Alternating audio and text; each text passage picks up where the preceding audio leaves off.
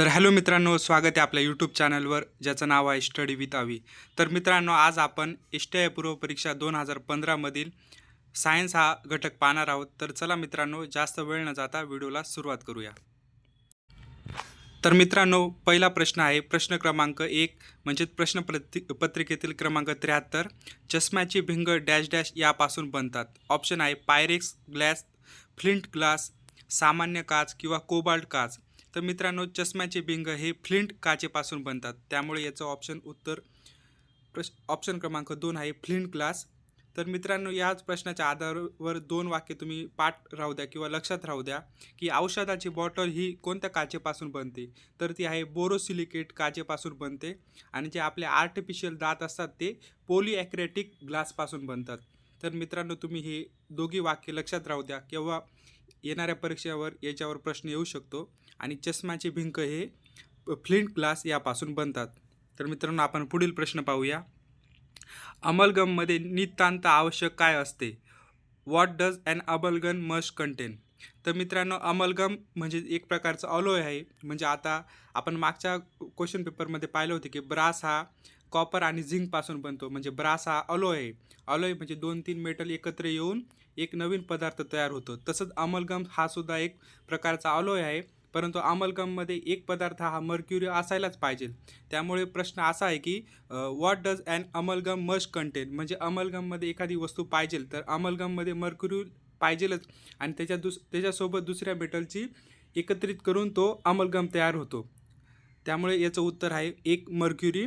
आणि मित्रांनो, अमलगम हे सर्व मेटलसोबत अलॉय तयार करतं. परंतु आयर्न, प्लॅटिनम आणि टंगस्टन आणि टॅटॅलम ह्या 4 मेटलसोबत ते अमलगम तयार करत नाही. तर तुम्ही ही 4 मेटलसुद्धा लक्षात राहू द्या. आणि अमलगममध्ये असणारा एक घटक तो आवश्यक आहे, तो म्हणजे मर्क्युरी. तर तुम्ही एवढी सर्व माहिती लक्षात राहू द्या. पुढील प्रश्न पाहूया. कोळशाच्या डिस्ट्रक्टिव्ह डिस्टिलेशनने औद्योगिक रसायने प्राप्त होतात. डिस्ट्रक्टिव्ह डिस्टिलेशन कसे केले जाते? तर मित्रांनो, डिस्ट्रक्टिव्ह डिस्टिलेशन ही एक प्रोसेस असते. ह्याच प्रोसेसला दुसरे नावसुद्धा आहे, ते तुम्ही लक्षात राहू द्या. त्यालाच कार्बोनायझेशन पण म्हणतात आणि पायरोलिसिस पण म्हणतात. आता पायरोलिसिस हा शब्द तुमच्या वाचण्यात आला असेल की पायरोलिसिस याचाच अर्थ असा होतो की आपल्या हवेच्या अभावात म्हणजे in the absence of air, म्हणजेच पोकळीत, मराठीत म्हटलं की पोकळीत आणि इंग्लिशमध्ये म्हटलं की in the absence of air. म्हणजे डिस्ट्रक्टिव्ह डिस्टिलेशन ही प्रोसेस ही हे इन ॲब्सेन्स ऑफ एअर होते, म्हणजेच हवेच्या अभावात होते. तर तुम्ही एवढं लक्षात राहू द्या की destructive distillation in absence of air. त्यामुळे याचं उत्तर हे ऑप्शन क्रमांक 3. पुढचा प्रश्न पाहूया. पुढीलपैकी काय सोन्यासारखे दिसते म्हणून त्याला फुल्स गोल्ड किंवा मूर्खांचे सोने असे ओळखले जाते? तर ऑप्शन आहे हेमेटाईट, मॅग्नेटाईट, सायडेराईट आणि पायराईट. तर मित्रांनो, याचं उत्तर आहे ऑप्शन क्रमांक 4. पायराईटलाच मूर्खांचे सोनेसुद्धा म्हणतात किंवा फुल्स गोल्ड म्हणतात. पण असं काय म्हणता मित्रांनो? कारण की पायराईट हे सोन्यासारखंच दिसतं. त्याचा रंग, त्याचा आकार हा सोन्यासारखाच असतो, परंतु ते सोनं नसतं. त्यामुळे पायराईटला मूर्खांचे सोने किंवा फुल्स गोल्ड असे म्हणतात. आणि मित्रांनो, हे 4 ऑप्शन आहे ते आयर्नचे ओर्स आहेत. म्हणजे हेमॅटाईट, मॅग्नेटाईट, सिडेराईट आणि पायराईट हे 4 हे आयर्नचे ओर्स आहेत. तर तुम्ही हे सुद्धा लक्षात राहू द्या. पुढील प्रश्न पाहूया. वनस्पती वाढीसाठी अत्यावश्यक भूमिका प्रदान करणारे अन्नद्रव्य खालीलपैकी कोणते? आपण इंग्लिशमध्ये वाचूया. Which of the following is an essential element of playing important role in plant growth? तर मित्रांनो, 2 कन्सेप्ट आहे, इसेन्शियल प्लांट इलिमेंट आणि फ्रेमवर्क इलिमेंट. तर इसेन्शियल प्लांट इलिमेंटला दुसरं एक नाव आहे क्रिटिकल इलिमेंट. तर त्याच्यामध्ये NPK येतं, म्हणजे नायट्रोजन, फॉस्फरस आणि पोटॅशियम येतं. आणि आपला प्रश्न काय आहे, which of the following is a essential element? तर तुम्ही पाहू शकता, पहिलं आहे मोलिब्डम, दुसरा आहे बोरॉन आणि चौथा आहे तांबं. तर याच्यामध्ये येत नाही. तर त्याच्यामध्ये नायट्रोजन, फॉस्फरस आणि पोटॅशियम येतं. त्यामुळे याचं उत्तर ऑप्शन क्रमांक 3 आहे. इसेन्शियल प्लांट इलिमेंटलाच आपण क्रिटिकल इलिमेंटसुद्धा म्हणतो. आणि दुसरी कन्सेप्ट अशी आहे की फ्रेमवर्क इलिमेंट. त्याला मराठीमध्ये ऑप्शनमध्ये आयोग असा देईल की वनस्पतीच्या शरीर बांधण्यासाठी कोणते अन्नद्रव्य गरजेचं आहे? तर त्याच्यामध्ये येतं CHO, म्हणजे कार्बन, हायड्रोजन आणि ऑक्सिजन. त्यामुळे या 2 कन्सेप्ट तुम्ही लक्षात राहू द्या. तर पुढील प्रश्न पाहूया. खालीलपैकी कोणता ग्रुप ड्युएल प्लांट म्हणून ओळखला जातो? पहिला ऑप्शन आहे अल्गी, दुसरा आहे लायकेन, तिसरा आहे अँजिओस्पर्म आणि चौथा आहे फंजाय म्हणजेच कवक. तर मित्रांनो, ड्युएल प्लांट ही कन्सेप्ट अशी आहे की आपला जो लायकेन हा असतो तो सिम्बायोटिक असोसिएशन करतो कोणासोबत, अल्गी आणि फंगाईसोबत. त्यामुळे लायकेनलाच ड्युएल प्लांट असं म्हणतात. आता मित्रांनो, सिम्बायोटिक असोसिएशन म्हणजे काय? जगण्यासाठी एकमेकांवर डिपेंड असणे, त्याला सिम्बायोटिक असोसिएशन म्हणतात. आणि लायकेन हा जगण्यासाठी अल्गी आणि फंगी यांच्यावर डिपेंड असतो, त्यामुळे ड्युएल प्लांट याला म्हणतात. आणि लायकेन्सला पोल्युशन इंडिकेटर म्हणतात. म्हणजे जिथं लायकेन आढळतो तिथं पोल्युशन असतं असं म्हटलं जातं, त्यामुळे लायकेनलाच पोल्युशन इंडिकेटरसुद्धा म्हणतात. त्यामुळे हे सुद्धा तुम्ही लक्षात राहू द्या. पुढील प्रश्न पाहूया. डॅश डॅश ही वनस्पती बहुतांशी हिरवळीचे खत म्हणून वापरले जाते आणि तिची तृणधान्याच्या पिकाबरोबर फेरपालट म्हणून लागवड करतात. तर मित्रांनो, याचं उत्तर सोपं आहे. तुम्हाला माहीत पण असेल की ढेंचा हे प्लांट लावलं जातं की हिरवळीचं खत म्हणून, आणि त्यालाच इंग्लिशमध्ये असं म्हणतात सेसबानिया केनाबिना. तर याचं उत्तर आहे ऑप्शन 1. तर तुम्हाला हे लक्षातच असं म्हणजे पाठच करावं लागेल त्याचं सायंटिफिक नेम आणि त्याचं मराठीतलं नेम. पुढचा प्रश्न पाहूया. खालीलपैकी कोणता प्राणी अरीय सममिती आहे? Which of the following animal show the radial symmetry? तर मित्रांनो, पहिलं आपण ही कन्सेप्ट पाहून घेऊ सिमेट्रीची. तर मित्रांनो, सिमेट्रीचे काही प्रकार पडतात. पहिलं आहे बायलॅटरल सिमेट्री, दुसरं आहे रॅडियल सिमेट्री, तिसरं आहे स्पेरिकल सिमेट्री आणि चौथा आहे असिमेट्रिकल. तर मित्रांनो, बायलॅटरल म्हणजे द्विपक्षीय. म्हणजे काय? शरीराचे 2 समान तुकडे केले ना तर ते दोघी समान दिसतात. म्हणजे उदाहरणार्थ फ्रॉग झालं, ह्युमन झालं आणि फिश. मानवाला मधून कापलं तर त्याचे 2 समान पार्ट बनतात, त्यामुळे मानव हा बायलॅटरल आहे. आणि रॅडियल सिमेट्री काय मित्रांनो? हायड्रा, फॉर एक्झाम्पल हायड्रा आणि स्टारफिश, त्यांना एका स्पेसिफिक अक्षातून कापलं तर ते समान भागामध्ये त्यांचं विभाजन होतं. त्यामुळे रेडियल सिमेट्रीचे एक्झाम्पल हायड्रा आणि स्टारफिश आहे. आणि स्पेरिकल म्हणजे गोलीय सममिती, तर त्याचं एक्झाम्पल आहे सी आर्चिन. तर हे तुम्हाला पाठच करायचं आहे. आणि चौथा आहे असिमेट्रिकल म्हणजे असममिती, म्हणजे त्यांना कोणत्या पण पार्टमधून कापलं ना तर त्यांचे समान भाग पडत नाही, त्यांना असममित म्हणतात. त्याचं एक्झाम्पल आहे फायलम पोरीफेरा. तर तुम्ही हे सुद्धा लक्षात राहू द्या. आता आपण प्रश्नाकडे येऊ. Which of the following animal show the radial symmetry? तर आता तुम्ही पाहू शकता की हायड्रा आणि स्टारफिश हे त्याचं एक्झाम्पल आहे, त्यामुळे ऑप्शन क्रमांक 4 हे त्याचं उत्तर आहे. तुम्ही बाकीच्यांचे एक्झाम्पलसुद्धा लक्षात राहू द्या आणि तुम्हाला कन्सेप्ट कळलीच असेल. पुढचा प्रश्न पाहूया. खाली उल्लेख केलेले सर्व गुणधर्म कोणत्या संधिपातात असतात? Which arthropoda has all the feature mention below? 2 pair of antenna. आता मित्रांनो, अँटिना कोणामध्ये असतील? तर खेकड्यामध्ये असतील, फुलपाखरामध्ये असतील, गोम आणि विंचूमध्ये नाहीत. त्यामुळे हे ऑप्शन दोघे कट झाले. दुसरं ऑप्शन आहे compound I on a stock. तर मित्रांनो, खेकड्याला सुद्धा कंपाऊंड आय असतात आणि फुलपाखराला सुद्धा कंपाऊंड आयज असतात. पुढचा ऑप्शन आहे श्वसनासाठी कल्ले. तर मित्रांनो, इथं ऑप्शन 2 कटून जातो, त्यामुळे ऑप्शन क्रमांक 1 हा उत्तर आहे. तर खेकड्यामध्ये 2 पेअर ऑफ अँटिना असतात, गिल फॉर रेस्पिरेशन, श्वासोश्वास करण्यासाठी गिल्स असतात, आणि कंपाऊंड आय असतात, आणि 3 किंवा 3पेक्षा जास्त माउथचे पार्ट असतात. त्यामुळे ऑप्शन क्रमांक 1 हा म्हणजे उत्तर करेक्ट आहे. पुढचा प्रश्न पाहूया.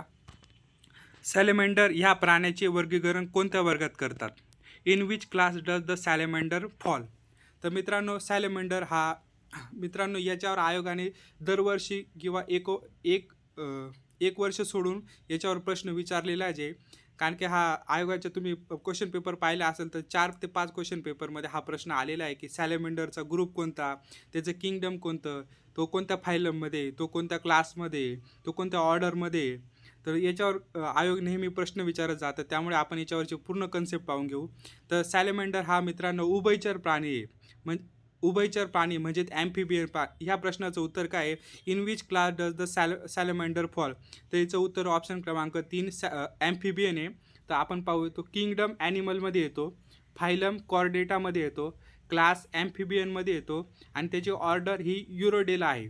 तर तुम्ही एवढी सारी माहिती लक्षात राहू द्या. आणि सॅलेमेंडरबद्दल एक अजून विशेष म्हणजे शेपूट व पाय असणारा उभयचर प्राणी कोणता? तर हा सुद्धा प्रश्न आयोगाने भरपूर वेळेस विचारला आहे की शेपूट व पाय असणारा उभयचर प्राणी कोणता? तर त्याचं उत्तर आहे सॅलेमेंडर. तर तुम्ही एवढी सारी माहिती लक्षात राहू द्या. त्याचं किंगडम काय आहे, फायलम काय आहे, क्लास काय आहे, ऑर्डर काय आहे. तर तुम्ही एवढी माहिती लक्षात राहू द्या. पुढचा आहे बटाटे, कांदे यांच्यासारख्या भाज्यांना कोंब येऊ नयेत यासाठी कोणत्या किरणांचा मारा करतात? अल्फा, गॅमा, मायक्रोवेव्ह किंवा अल्ट्राव्हायोलेट. तर मित्रांनो काय होतं, बटाटे आणि कांदे आपण त्याचं उत्पादन काढल्यानंतर त्यांना काही दिवस आपण तसंच ठेवलं तर त्यांना कोंब फुटतात. तर कोंब फुटल्यानंतर त्यांची शेल्फ लाईफ म्हणजे त्यांची जगण्याची शक्यता किंवा आपण म्हणतो त्यांची शेल्फ लाईफ ही कमी होऊन जाते. ते 1 ते 2 महिन्यामध्ये खराब होऊन जातात. त्यामुळे काय करतो आपण त्याच्यावरनं गॅमा रेजचा मारा करतो. त्यामुळे त्यांना कोंब फुटत नाही आणि त्यांची शेल्फ लाईफ म्हणजे त्यांची जगण्याची क्षमता किंवा सडण्याची क्षमता लगेच सडत नाही ते, तर लेट होऊन जातं. म्हणजे त्यांची शेल्फ लाईफ वाढून जाते. त्यामुळे बटाटे, कांदे यांना कोंब फुटू नये यासाठी त्यांच्यावर गॅमा रेजचा मारा करतात. तर याचं उत्तर आहे गॅमा रेज. हा सुद्धा प्रश्न खूप वेळेस रिपीट झाला आहे. तुम्ही ही कन्सेप्ट तुम्हाला कळलीच असेल. तर मित्रांनो याच्यापेक्षा जास्त माहिती सांगण्यात की अल्फा आणि बीटा या किरणांचा शोध रुदरफोर्ड यांनी लावलेला आहे आणि गॅमा ह्या किरणाचा शोध विलार्ड या सायंटिस्टनी लावलेला आहे. तर तुम्ही ही माहितीसुद्धा लक्षात राहू द्या. पुढचं पाहूया. हवाबंद डब्यातील खाद्यपदार्थांमध्ये कोणता जीवाणू वाढण्याची शक्यता असते? पहिलं ऑप्शन आहे स्ट्रिप्लोकॉकस, दुसरं आहे बॅसिलस, तिसरं आहे स्ट्रिप्लोकॉकस आणि चौथा आहे क्लोस्ट्रिडियम. तर मित्रांनो याचं उत्तर सांगून देतो मी याचं आणि त्याच्यानंतर कन्सेप्ट सांगतो. तर 84 प्रश्नाचं उत्तर आहे चौथं क्लॉस्ट्रिडियम. तर मित्रांनो क्लॉस्ट्रिडियम ही एक बॅक्टेरिया आहे. ती काय होते, जेव्हा ऑक्सिजनच्या संपर्कात येते तेव्हा तिची ग्रोथ होत नाही, परंतु जिथं ऑक्सिजनची कमतरता असते किंवा व्हॅक्यूम असतं तिथं क्लॉस्ट्रिडियम या बॅक्टेरियाची वाढ लवकर होते. तर मित्रांनो हवाबंद डब्यामध्ये म्हणजे आपण एखाद्या डब्यामध्ये आपण काही पदार्थ ठेवला असतो, त्या डब्यामध्ये क्लॉस्ट्रिडियम नावाच्या बॅक्टेरियांची वाढ होते. कारण की हा डबा जर बंद असेल तर त्याच्यामध्ये ऑक्सिजनची कमतरता असते आणि व्हॅक्यूम तयार होतं. तर अशा वातावरण हे क्लोस्ट्रिडियम बॅक्टेरियासाठी चांगलं असतं, पोषक असतं. त्याच्यामुळे त्यांची वाढ होते. आणि क्लोस्ट्रिडियम बद्दल अजून माहिती सांगायची म्हणजे क्लोस्ट्रिडियम ही ग्राम पॉझिटिव्ह बॅक्टेरिया आहे आणि तिचा शेप हा रॉड शेप आहे. तर तुम्ही एवढी सारी माहिती लक्षात राहू द्या. हवाबंद डब्यामध्ये खाद्यपदार्थांमध्ये कोणत्या जीवाणूची वाढ होते तर ती क्लॉस्ट्रिडियमची होते. पुढचा प्रश्न पाहूया. HIV लागणच्या व्यवस्थापन आणि उपचारासाठी कोणते औषध वापरता? तर पहिलं ऑप्शन आहे रिटोनाविर, दुसरा आहे पेनिसिलिन, चौथा आहे रिफोपिनिस, चौथा आहे वामकोमायसिन. तर मित्रांनो HIV लागण झाल्यानंतर रिटोनाविर ह्या औषधाचा वापर केला जातो. त्यामुळे ऑप्शन क्रमांक 1 याचं उत्तर आहे.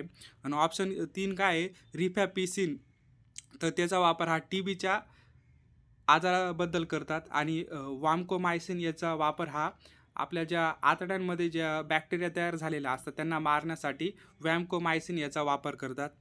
तर मित्रांनो अजून आपण काही आजार पाहून घेऊ आणि त्याच्यावरच्या गोळ्या पाहून घेऊ. तर HIV रिटोनाविर वापरतात, हार्ट अटॅकसाठी ॲस्पिरिन वापरतात, रॅन्टॅक हे औषध हे ॲसिडिटीसाठी वापरतात आणि नॅलिडिक्सिक ॲसिड हे बॅक्टेरियल इन्फेक्शनसाठी वापरतात आणि पेनिसिलिन म्हणजे ऑप्शन क्रमांक 2 हे न्यूमोनियासाठी वापरतात. तर तुम्ही एवढे सारे औषध लक्षात राहू द्या कारण की याच्यावर आयोग मध्ये प्रश्न विचारत जात आहे आणि हा आपला शेवटचा प्रश्न होता. तर मित्रांनो तुम्हाला व्हिडिओ आवडला असेल तर व्हिडिओला नक्की लाईक करा. काही सजेशन असेल तर कमेंट बॉक्समध्ये कमेंट करा. व्हिडिओ आवडला असेल तर मित्रांना शेअर करा आणि आपल्या चॅनलला सबस्क्राईब करा. आपण भेटूया पुढच्या व्हिडिओत. धन्यवाद.